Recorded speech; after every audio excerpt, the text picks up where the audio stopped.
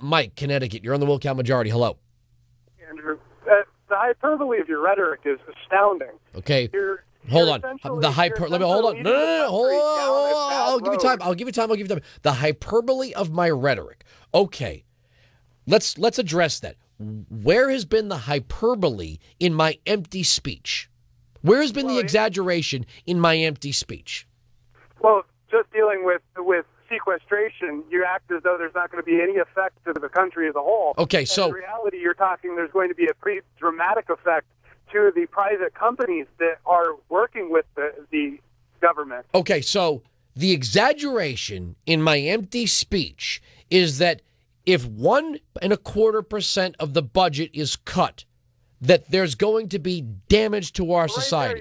You're fudging the numbers. No, I'm not fudging. I have the CBO. Mike, I have the CBO number. I have the CBO report right in front of my face. If you don't like that, you can feel free to call the Congressional Budget Office if you don't like that. But as it stands, the Congressional Budget Office, not Andrew Wilkow, says the actual projected cuts is $43 billion, not $85 billion. That amounts to 1.2% of the federal budget. 1.2%. Longer-term impacts that are going to affect businesses that do business with government agencies. Well, hold on a second. Businesses aren't entitled to the revenue that comes from the American taxpayer. To it, but they have contracts that are open that are suddenly going to get closed. Well, then this president, then Mike, then Mike, then Mike, you're creating a situation. I'm not creating anything. Mike, the president created the sequester cuts. Not Andrew Wilkow. As a whole did. No.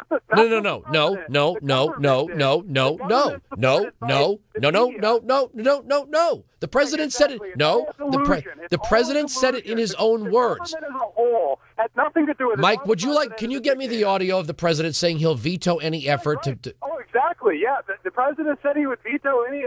You're absolutely right. Except that this was something that was created by the government as a whole, and the president isn't 100%. No, it was passed by Congress. It was passed by Congress, but it was created by the president.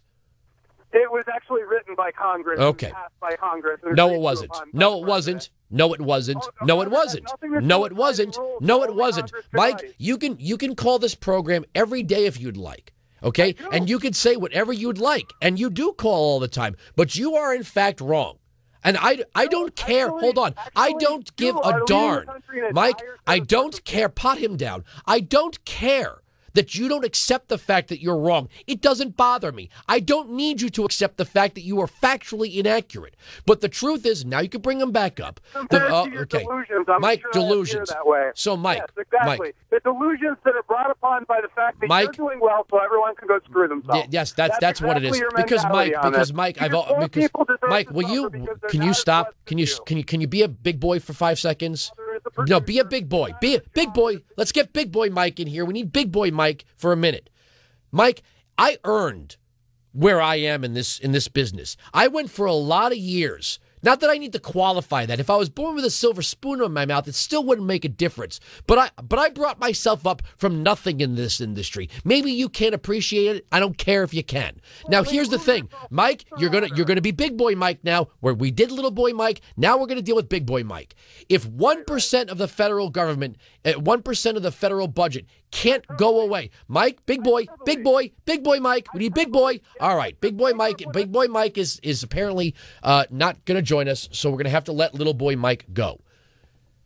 If 1% of the federal budget is a non-negotiable cut, then there's no such thing as a spending cut. None whatsoever. Now, little boy Mike, little intellect Mike can say that that's hyperbole of rhetoric. I'm glad he looked those words up before he called me, but I'll use it in the pedestrian way. There's no exaggeration to me. I am not giving you anything empty. 1% of the federal budget.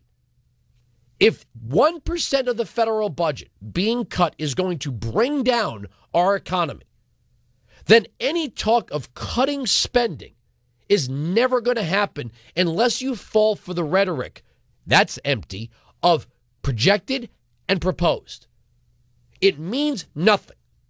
If you can't live without 1% of the federal budget, speaking of cutting the federal budget means nothing, because all you're talking about is reining in an arbitrary number of an approximate amount of spending in the future. That is not hyperbole, and that is not rhetoric.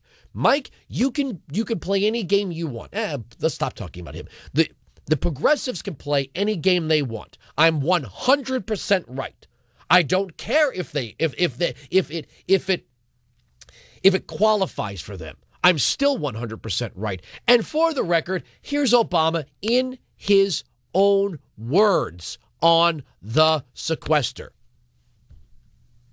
Play it. Already, some in Congress are trying to undo these automatic spending cuts. My message to them is simple.